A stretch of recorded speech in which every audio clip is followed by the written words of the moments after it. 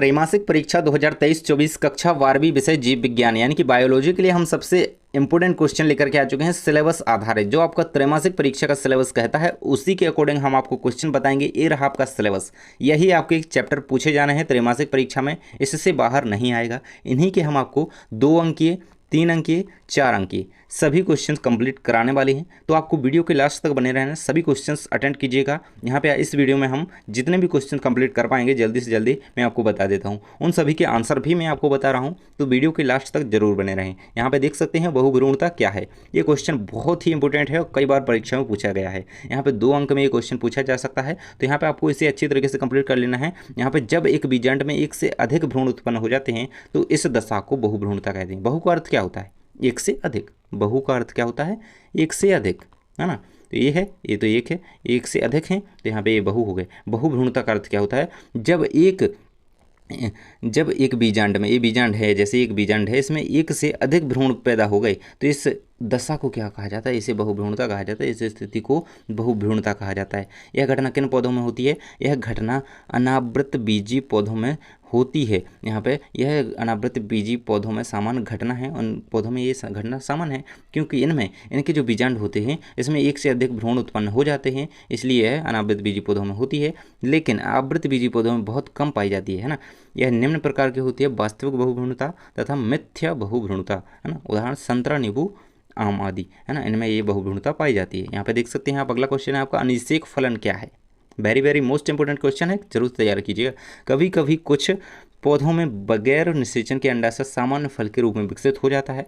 इस प्रकार से फल निर्माण को अनिषेक फलन कहा जाता है ना।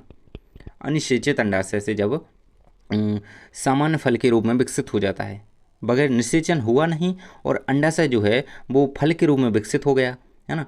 तो इस स्थिति को यहाँ पे क्या कहा जाता है? अनिषेक फलन कहा जाता है। इस प्रकार जब फल का निर्माण हो जाए तो इसे अनिषेक फलन कहेंगे कि वहाँ पर निषेचन हुआ नहीं और यहाँ पे फल का निर्माण हो गया, तो इस स्थिति को अनिषेक फलन कहेंगे, है ना। इस प्रकार का जो निषेचन होता है वो अनिषेक फलन कहलाता है ना, फल का निर्माण हो जाए तो। केला, सेब, अंगूर, नाशपाती इसके उदाहरण रहेंगे, इसे याद रखिएगा। असंग जनन आपसे पूछ रहा है अगले क्वेश्चंस में। असंग जनन देख सकते हैं। असंग जनन क्या है, इसके प्रकार व महत्व लिखिए। पिछले वीडियो में हम हिंदी के कंप्लीट कर चुके हैं सभी क्वेश्चंस, जो आपको जाकर के देख लेने हैं।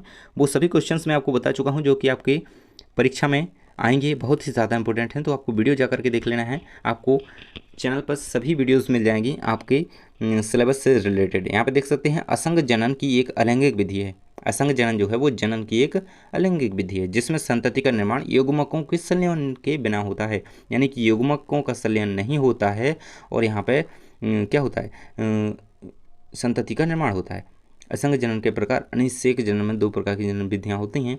2 जनन का अनिषेक जनन होता है, बीजाणुद्भिद असंग जनन और युग्मकोद्भिद असंग जनन। यहाँ पे देख सकते हैं और इसके बारे में बताया गया है। असंग जनन का महत्व, असंग जनन में गुणसूत्रों का विसंयोजन व पुनः संयोजन नहीं होता है। इसमें गुणसूत्रों का पुनः संयोजन नहीं होता है। इसमें पौधे के लाभदायक गुणों को अनिश्चित काल तक सुरक्षित रखा जा सकता है असंग जनन के द्वारा। यहाँ पे देख सकते हैं भ्रूणपोष क्या है। पिछली बार ही ये क्वेश्चन पूछा गया था। यहाँ पे देख सकते हैं भ्रूणपोष बीज का मुख्य भोज्य पदार्थ संग्रह ऊतक है। इसमें भोजन संग्रहित रहता है जो भ्रूण के विकास एवं बीज के अंकुरण के समय प्रयुक्त होता है। भ्रूणपोष के कारण भ्रूण का उचित परिवर्धन होता है तथा अच्छे स्वस्थ बीज बनते हैं। इसे कंप्लीट कर लीजिएगा। यहाँ पे देख सकते हैं प्लेसेंटा के कार्य लिखिए। Very very most important question जरूर आएगा आपकी परीक्षा में, तो तैयार इसे कर ही लीजिए अभी से। अपरा या प्लेसेंटा के कार्य, है ना, नर एवं मादा प्राणियों के ऊतकों से निर्मित वह रचना जो भ्रूण की गर्भाशय की भित्ति से संबंधित स्थापित करती है तथा भ्रूण व मादा रुधिर के बीच पदार्थों का आदान प्रदान करती है, अपरा कहलाती है। जब भ्रूण के और मादा के बीच में जो संबंध की एक नली होती है उसे अपरा या प्लेसेंटा कहा जाता है, जिससे रुधिर का आदान प्रदान होता है और पदार्थों का, है ना, जिससे भ्रूण का पोषण होता है। सीधी सी बात है, जब मादा के गर्भ में एक भ्रूण पल रहा होता है तो मादा और भ्रूण के संबंध में, है ना, भ्रूण का जो संबंध होता है वो एक प्लेसेंटा यानी कि एक नली के द्वारा होता है, जिसे अपरा या प्लेसेंटा कहा जाता है। जिससे क्या होता है? भ्रूण का विकास होता है, क्योंकि इसी नली के द्वारा यहाँ पे क्या होता है? उसे पोषण प्राप्त होता है। है ना। अपरा के कार्य क्या है? अपरा जो है भ्रूण को पोषण प्रदान करती है, उसे श्वसन करने में सहायता करती है, उत्सर्जन में मदद करती है। तो ये 3 कार्य इसके हो गए एक पॉइंट में, है ना। आप देख पा रहे होंगे भ्रूण की रोगों से सुरक्षा करती है। जो अपरा होती है, प्लेसेंटा होती है, वो भ्रूण की रोगों से सुरक्षा करती है, हार्मोन्स का स्रावन करती है ना। मानव अपरा लैक्टोजन हार्मोन स्तन ग्रंथियों की वृद्धि को उत्तेजित करता है। तो इस प्रकार से इसके कार्य याद रखेंगे। कॉर्पस ल्यूटियम एवं मैक्रोसोम के कार्य लिखिए, इसे जरूर कंप्लीट कीजिए, क्वेश्चन है आपका बहुत ही ज़्यादा इंपॉर्टेंट। कॉर्पस ल्यूटियम से प्रोजेस्टेरोन हार्मोन स्रावित होता है जो ऋतुस्राव को नियंत्रित करता है तथा गर्भधारण में सहायक होता है। एक्रोसोम का जो कार्य है, एक्रोसोम एक का मुख्य कार्य होता है अंडाणु को सक्रिय करना, है ना। एक्रोसोम जो है वो अंडाणुओं क्षेत्र में पाए जाते हैं, यहाँ पे इनको सक्रिय करना इनका कार्य होता है। इसमें अपघटनीय एंजाइम पाए जाते हैं जो अंडाणु के बाहरी परत घोलने का कार्य करता है ना। यहाँ पे जो प्रोजेस्टेरोन हार्मोन होता है, कॉर्पस ल्यूटियम से प्रोजेस्टेरोन हार्मोन स्रावित होता है जो कि मादाओं में पाया जाता है ना। जो फीमेल होती हैं उनमें ये प्रोजेस्टेरोन हार्मोन स्रावित होता है और ऋतुस्राव को ये नियंत्रित करता है। तो इसे याद रखेंगे, एक्रोसोम और इनके ल्यूटियम के कार्य। यहाँ पे देख सकते हैं रजोधर्म चक्र क्या है, आर्तव चक्र या रजोधर्म या ऋतुस्राव चक्र क्या है, इसे अच्छी तरीके से समझेंगे, बहुत ही ज़्यादा इंपॉर्टेंट है, बार बार यही पूछा जाता है तो बिल्कुल भी भूलिएगा मत। देख लेते हैं। स्त्रियों में अंडाणुओं का निर्माण एक चक्र के अधीनस्थ पूर्ण होता है। इस चक्र की अवधि 26 से 28 दिन की होती है। अंडाणु के निषेचित न होने की स्थिति में अंडोत्सर्ग के 14 दिन बाद गर्भाशय के अंतः स्तर की कोशिकाएं एवं रुधिर वाहिनियां भी फट जाती हैं तथा अनिषेचित अंडाणु भी नष्ट हो जाते हैं। फलस्वरूप क्षतिग्रस्त झिल्ली विघटित ऊतक श्लेष्मा एवं अंडाणु संयुक्त रूप से दूषित रूप में स्त्री की योनि द्वार से 3-4 दिनों तक स्रावित होता है। इसे ही आर्तव चक्र या मासिक या ऋतुस्राव या रजोधर्म चक्र कहते हैं। तो इसे अच्छी तरीके से समझ लीजिएगा, रीड कर लीजिएगा। यहाँ पे ये आपका ऋतुस्राव या रजोधर्म चक्र का क्वेश्चन कंप्लीट रहेगा। यहाँ पे देख सकते हैं द्विसंकर क्रॉस को परिभाषित कीजिए, ये आपका 5वें नंबर के चैप्टर से क्वेश्चन है और इम्पोर्टेंट क्वेश्चन है। यहाँ पे देख लेते हैं, जब 2 जोड़ी विपर्यासी लक्षणों को अध्ययन करने के लिए माता पिता में क्रॉस कराया जाता है तो इसे द्विसंकर क्रॉस कहते हैं।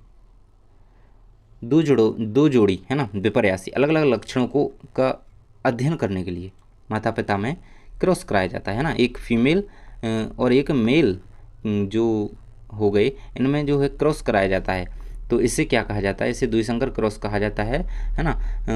FPD में द्विसंकर क्रॉस से प्राप्त फिनोटाइप अनुपात को द्विसंकर लक्षण रूपी अनुपात कहते हैं। उदाहरणतः मेंडलीय क्रॉस में 9:3:3:1 का अनुपात है, यहाँ पे अनुपात रहेगा 3 और 1 के बीच में अनुपात है ना। तो ये मेंडल ने साबित किया था, इसमें मेंडलीय क्रॉस में जो अनुपात है वो ये अनुपात रहेगा। यहाँ पे DNA तथा RNA का पूरा नाम लिखिए, जरूर याद रखिएगा, आपका ऑब्जेक्टिव में भी क्वेश्चन पूछा जा सकता है। DNA का पूरा नाम क्या होता है? तो डीऑक्सीराइबोन्यूक्लिक एसिड होता है। यहाँ पे देख सकते हैं आप डीऑक्सीराइबोन्यूक्लिक एसिड। यहाँ पे RNA का पूरा नाम क्या होता है? तो राइबोन्यूक्लिक एसिड, है ना। D है आगे तो डीऑक्सी, D नहीं है, R है, राइबोन्यूक्लिक एसिड, आपको यही याद रखना है। यहाँ पे देख सकते हैं आनुवंशिक कूट की कोई 2 विशेषताएं लिखिए। आनुवंशिक कूट हमेशा ट्रिपलेट होता है, यानी नाइट्रोजन के बेस किस समूह में रहता है? 20 समूही अमीनो अम्ल के लिए 64 कूट होते हैं, यानी एक अमीनो अम्ल के लिए 1 से अधिक कूट होते हैं। तो मानव शरीर में आपको याद रखना है अमीनो अम्ल कितने प्रकार के होते हैं ना। अमीनो अम्ल 20, अगर ऑप्शन है 21 तो आपको 21 लगाना है, नहीं तो आपको 20 याद रखना है। 20 अमीनो अम्ल 20 प्रकार के होते हैं, आपको याद रखना है। यहाँ पे देख सकते हैं अगला यह है अपहासी कूट होता है, यानी एक अमीनो अम्ल के लिए 1 से अधिक कूट होते हैं। समजात अंग क्या है? समजात अंग, समवृत्ति अंग, अवशेषी अंग, ये जरूर ही आपको इन 3 में से क्वेश्चन देखने को मिलेगा, इन्हें कंप्लीट करना है। यहाँ पे देख सकते हैं समजात अंग, जीवों के वे अंग जो रचना उत्पत्ति में समान होते हैं समजात अंग कहलाते हैं। जैसे मनुष्य का हाथ, घोड़े का अग्रपात, भेल के फ्लिपर, चमगादड़ के पंख रचना और उत्पत्ति में समान होते हैं, है ना। उनका आकार तो अलग है, आकृति अलग अलग है, लेकिन यहाँ पे समजात यानी कि अलग अलग जो स्पीसीज हैं उनमें पाए जा रहे हैं, है ना। जैसे घोड़े में अग्रपाद हो गए, घोड़े के जो आगे के पैर हो गए वो अपने इन हाथों के जैसे आपको लगते होंगे, ऐसे अपन ऐसे खड़े हो जाएं तो घोड़े जैसे, है ना। भेल के जो फ्लिपर होते हैं वो अपने हाथों जैसे यहाँ पे आपको देखने में लगेंगे।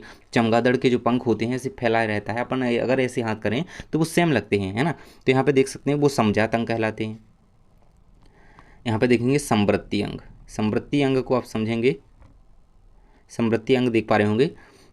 इसका उदाहरण भी देखेंगे। समवर्ती अंग वे अंग जो रचना उत्पत्ति में भिन्न भिन्न होती हुए भी एक समान कार्य करते हैं, समवर्ती अंग कहलाते हैं। जैसे चमगादड़ तथा तितली के अंग, है ना, समान कार्य करते हैं। रचना, यहाँ पे समझिएगा, समवर्ती अंग, तो इन अंगों की रचना तो अलग अलग होती है ना, उनका आकार अलग है और समृद्ध जो है रचना अलग है ना। देख सकते हैं कि चमगादड़ के पंख जो होते हैं अलग होते हैं और तितली के पंख अलग होते हैं यहाँ पे, लेकिन वो कार्य एक समान करते हैं, दोनों ही उड़ने का कार्य कर रहे हैं। तो यहाँ पे ये समवर्ती अंग कहलाएंगे, है ना, कि बने अलग अलग तरह से हैं लेकिन कार्य एक जैसा कर रहे हैं, एक समान कर रहे हैं, तो वो समवर्ती अंग हैं। जैसे चमगादड़ के हो गए और ये तितली के पंख हो गए।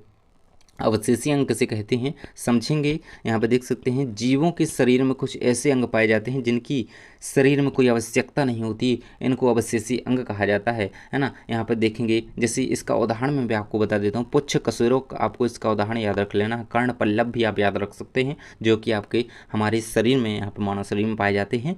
तो वो उनका कोई काम नहीं है, परंतु वो अवशेषी अंग रह गए हैं, अभी भी हमारे शरीर में उपस्थित हैं, है ना।